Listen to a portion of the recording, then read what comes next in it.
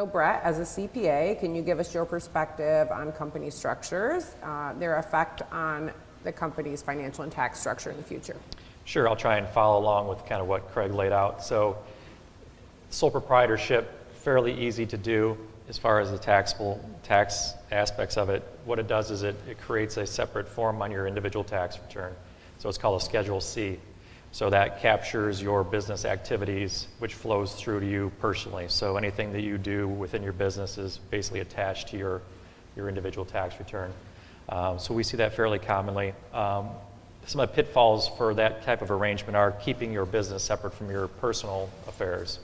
So sometimes when you're starting out, you're doing anything you can do to survive. You know, you're paying bills, and wherever there is money, you're paying bills out of whatever checking account you have.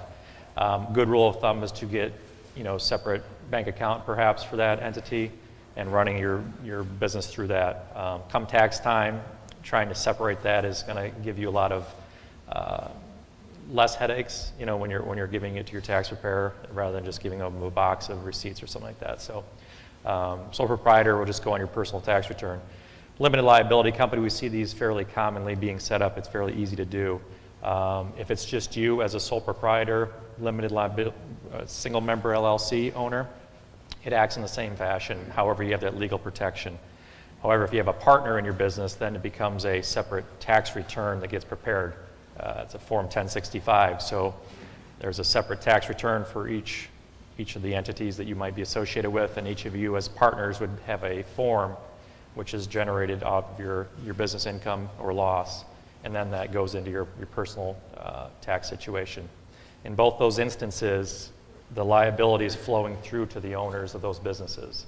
So there's different mechanics. It can be complicated as far as if you have bank loans and if you have liabilities associated with the organization.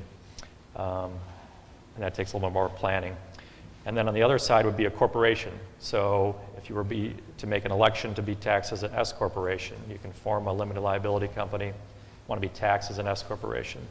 What that allows you to do is to pay yourself a salary as an owner, and then you can also take out distributions. It helps in the planning from self-employment tax. So when you're self-employed, you're basically, there's 2 layers of tax you're paying in addition to your income taxes. But I would encourage you to get in front of a tax accountant early on to help navigate through this.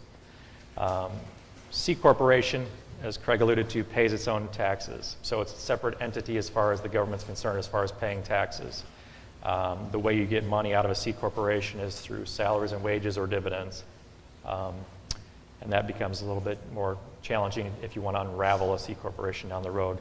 But I'll echo Craig's comments. Most commonly, we see startup companies being started as a limited liability company, and then kind of the decision tree becomes whether you want to be taxed as a S corporation or you want to continue on as either a partnership or a sole proprietor. We don't see a lot of C corporations being formed these days. However, with the tax laws changes in different structures, C corporations might be coming in vogue again, especially if it's going to be a capital-intensive business, something you need to retain a lot of profits in, perhaps manufacturing, transportation, things that you have heavy machinery and equipment or capital investments. So there's a lot of information out there, but that's just kind of the tip of the iceberg.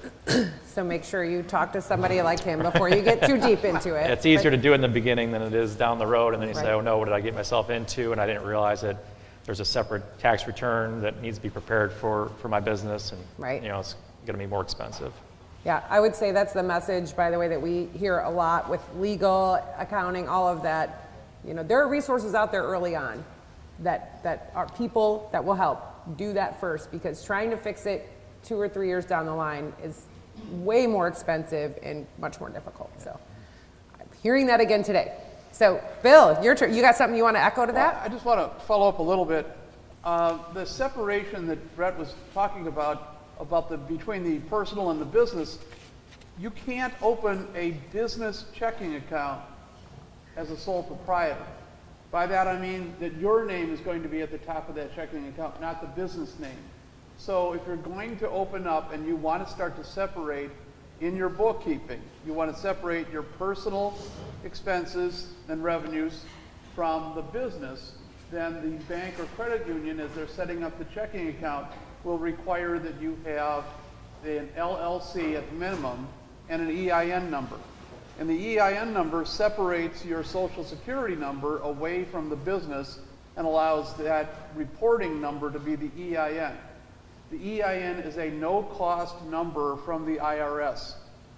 We have seen people go to online providers and pay up to $175 to get an EIN number from the IRS. So it's a very simple process. Anyone can do this. It's an online request. The other separation in consideration here in Ohio is that you, as the owner of an LLC or a shareholder in an LLC, can opt out of BWC coverage for yourself in the state of Ohio. If you're a C corporation, then you're an employee of the C Corp, and by rights here in the state, because we have our own BWC program, Bureau of Workers' Compensation program, the shareholders is considered employees and must be covered by BWC in the state of Ohio. So it could be an extra expense that you would accrue just because you would have a C Corp and all the people in the management would have to be covered by BWC, and it may not be necessary for most of those people. So those are all parts of the consideration that you have to take into effect when you're developing the entity. Yeah, thank you.